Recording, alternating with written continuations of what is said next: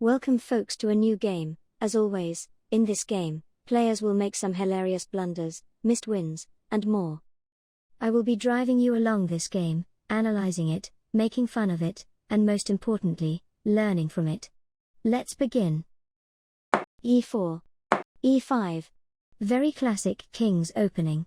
Knight f3. Knight c6. d4. Immediately attacking the center, this is called the Scotch opening. It's better to not trade the knights, and just keep the tension, but as we all know, low elo players love trading pieces. In this position, white is slightly better. Some of you may play pawn to c5 attacking the queen. It's not a mistake, but you will give white an advantage, because both bishops will be blocked. Let's go back and continue. d6. Actually d6 is the best move. Bishop e5 check. And black blocks the check with the bishop. In this case, it is better to block the check with the pawn. Bishop back to e2.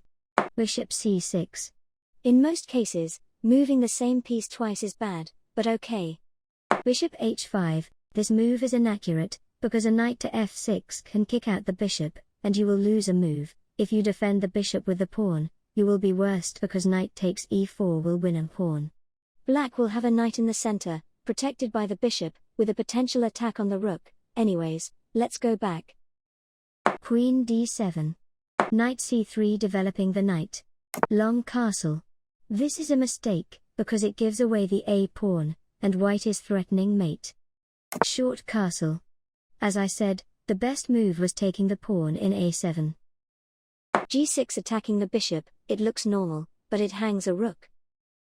Bishop back to e2, by the way, this bishop loves the e2 square. The rook is still hanging. f3 is a big mistake. White could win a bishop. By taking on d5, the bishop is trapped. By the way, the rook is still hanging. And the party begins. Instead of winning a free rook, white hangs his queen, normal 300 elo stuff. And instead of taking a free queen, black hangs a knight in two different ways. White takes immediately. Rook g8. Bishop g5. Bishop c5 check. King slides to h1. Good playing by both black and white. h5. Knight a4 attacks the hanging bishop, but this move hangs the knight. The best move was taking the free pawn on f7, with a discovered attack on the rook. Instead of taking a free knight, black gives white a free bishop.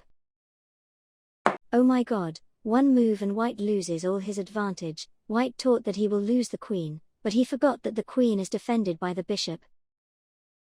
And now, instead of just hanging a knight, white hangs a bishop too.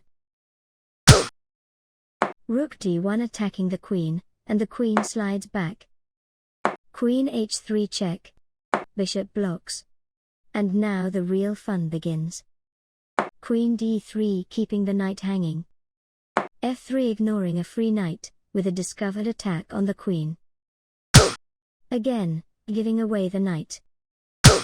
And again, ignoring the free knight. Rook takes offering a trade that gives the opponent an advantage. Taking with check.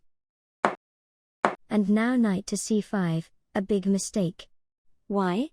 Because rook takes on d1, the typical reaction of low elo is bishop takes, queen e1 check, queen block is forced, queen takes checkmate. Go back. Black didn't see it of course, and played queen takes e2. g3, keeping the king with no escape square, and hanging mate in two moves. And by miracle, black sees the mate. Rook takes on d1 check, queen f1, a forced move, and rook takes f1 checkmate. I hope that you learned something from this game. See you in the next one.